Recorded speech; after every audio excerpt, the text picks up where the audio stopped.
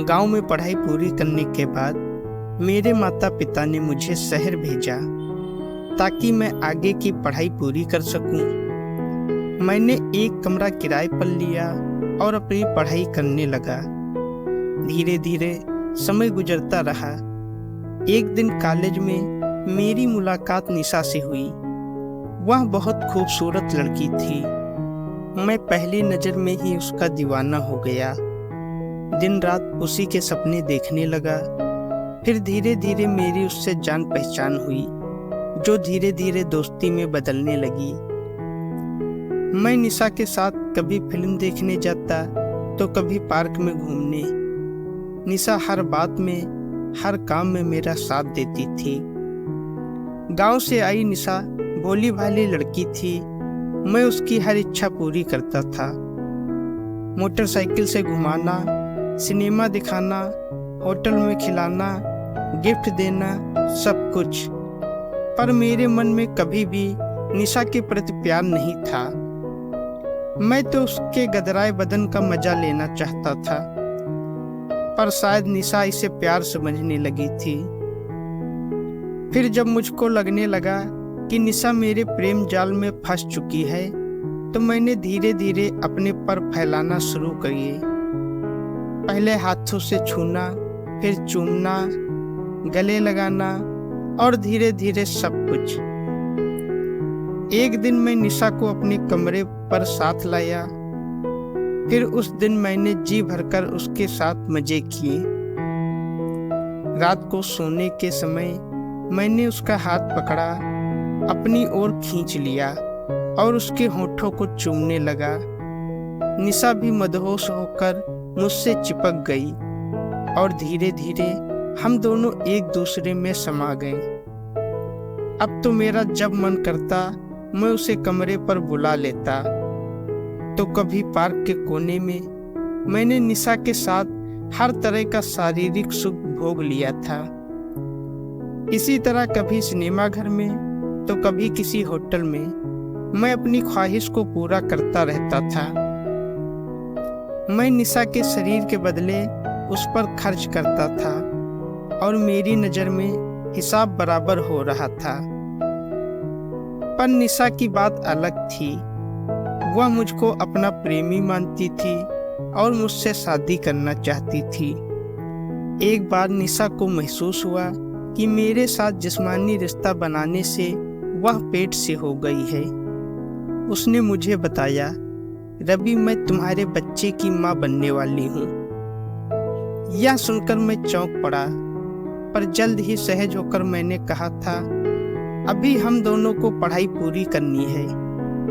किसी lady doctor से मिलकर इस समस्या से छुटकारा पा लेते हैं। मुझे कोई एतराज नहीं, पर आगे चलकर हमें शादी करनी ही है, तो अगर हम अभी शादी कर बच्चे को आने दे तो इसमें क्या हर्ज है।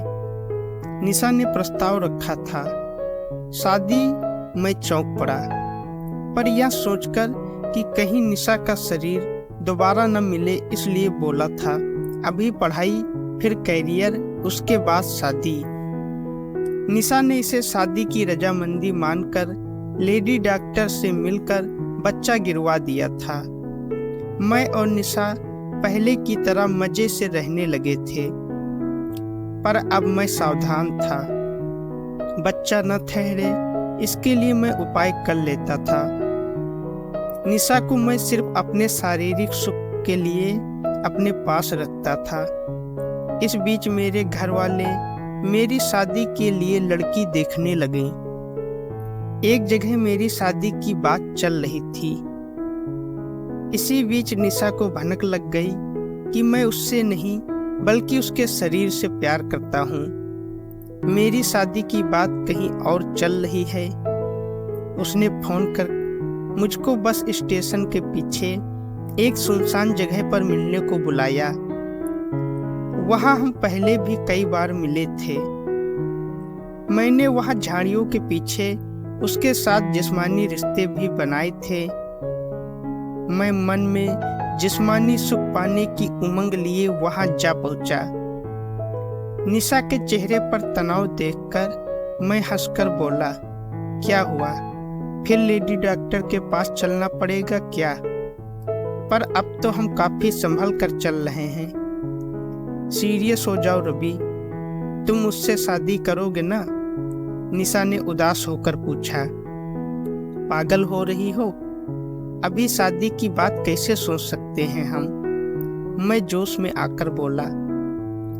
कहाँ मैं जिस्मानी मजा लेने की बात सोचकर आया था, कहाँ निशा मुझे दूसरी बातों में उलझाए हुए थी।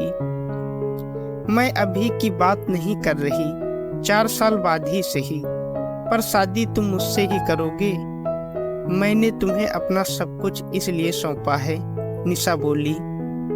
दोस्ती अलग चीज है, शादी अलग चीज है। मैं तुम्हारी दोस्ती की कीमत अदा करता रहा हूँ, शादी की बात तो सोचो ही मत, मैंने बेरुखी से कहा। मेरा मन उचाट हो आया था, सारा जोश जाता रहा। मैं अपना सब कुछ तुम्हें तुम्हारी कीमत के चलते नहीं, प्यार के चलते सौंपती रही, लेकिन मुझे नहीं पता था कि तुम मेरे प्यार को पैसे से तोल रहे हो।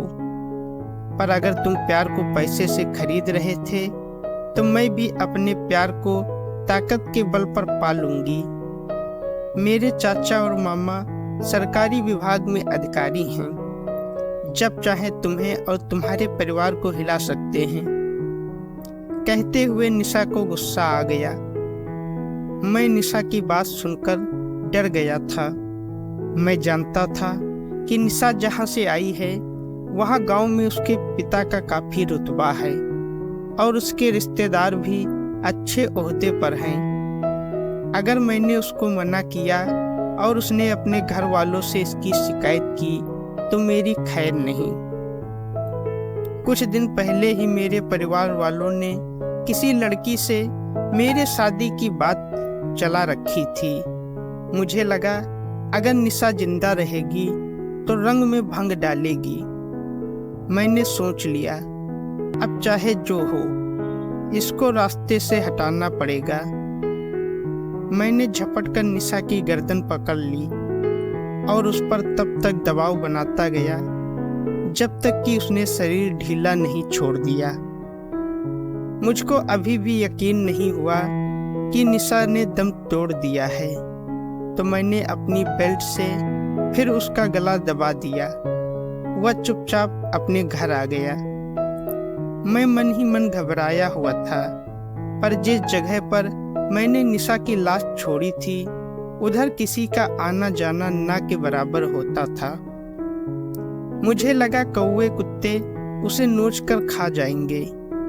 यही सोचकर मैं अपने मन को संतोष देता था, पर 3 दिनों के बाद एकाएक पुलिस ने मुझे दबोच लिया। शायद किसी ने लाश की सूचना पुलिस को दे दी थी और पुलिस मुझ तक पहुंच गई। जेल में बंद मैं पूरी तरह से टूट चुका था।